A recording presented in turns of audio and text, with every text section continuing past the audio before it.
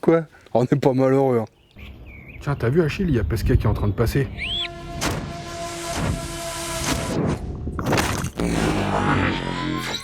Bonjour à tous, ravi de vous retrouver par cette belle journée qui s'annonce pour soigner un peu ceux à qui j'ai donné un AVC avec la présentation de la moto Segway à hydrogène. Attends, si ça vous intéresse, elle est là. Je vais revenir à du bien basique, de la valeur sûre, de la Triumph et de la Royal Enfield et du A2 avec BMW. N'oubliez pas de vous abonner, c'est important et au moins aussi important de cliquer sur la petite cloche. Pareil, n'hésitez pas à rejoindre le groupe Facebook.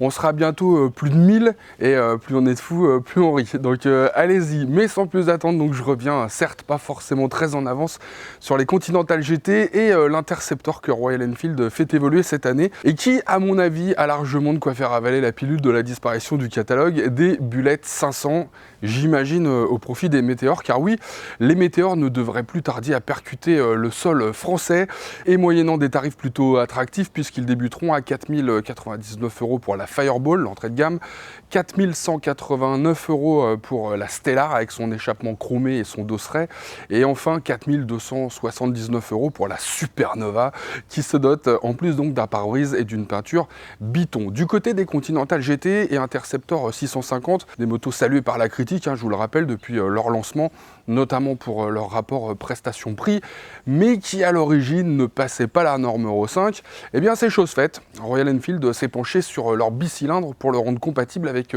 les dernières normes anti-pollution en vigueur dans nos contrées européennes.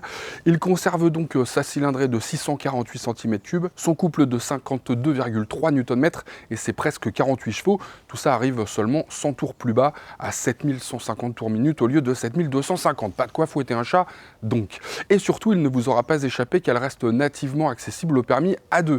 Pour aborder cette nouvelle vie, un nouveau look s'impose et donc on voit débarquer, en plus des oranges mythiques presque, des Interceptors rouges, bleus, Biton. Enfin, je crois qu'il y en a vraiment pour tous les goûts maintenant. Moi, je dois reconnaître que j'ai un petit faible pour la Mark II avec son joli réservoir chromé que je trouve du plus bel effet. Idem pour la Continental GT qui se part de coloris plutôt sympa cette année aussi. Du rouge, du vert anglais bien sûr, du Biton là encore, j'aime bien le bleu, du chrome aussi, bien cool là encore. Voilà pour la version donc café rasseur. Côté tarif, on reste pas mal au regard du look de dingue de ces motos, mais c'est pas forcément donné non plus pour des motos de moins de 50 chevaux, puisqu'il faut compter entre 6 790 € et 7 290 € en fonction de la finition pour une Interceptor, et 100 à 200 € de plus pour la Continental GT.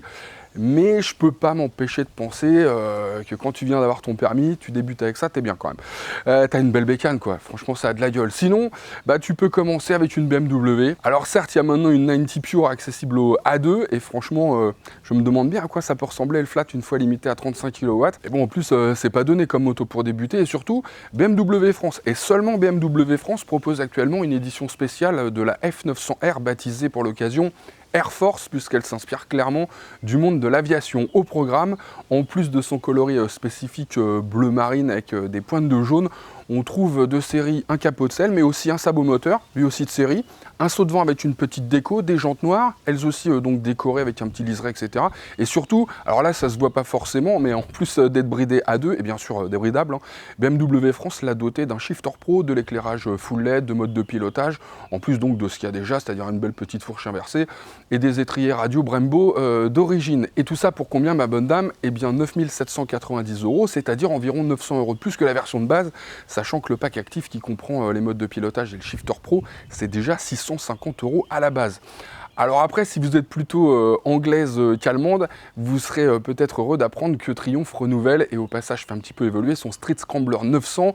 Alors attention, quand je dis fait évoluer, vous attendez pas non plus à des miracles. Le moteur passe bien Euro 5, mais il ne change pas d'un iota, comme on dit. On reste à 65 chevaux, 80 Nm de couple.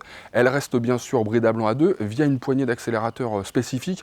Et puis évidemment un petit réglage au niveau du moteur. Côté partie cycle, on reste sur une fourche traditionnelle à cartouche de 41 mm et un double amorto réglable seulement en précharge à l'arrière. C'est du 17 pouces à l'arrière et du 19 pouces à l'avant pour les jantes à rayons, de quoi prendre des petits chemins sans trop réfléchir.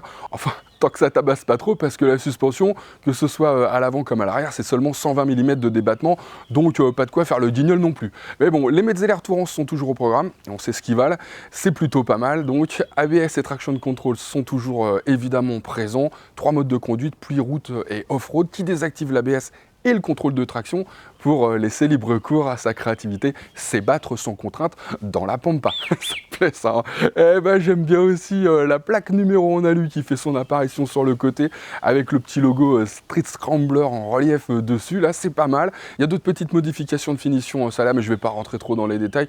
Il y a un nouveau revêtement de selle, en revanche, très cuir et Alcantara dans l'âme. Et puis, bien sûr, il y a de nouveaux coloris. Et là, justement, alors, en coloris Jet Black, eh ben, on est sur une moto à 10 000 € tout pile.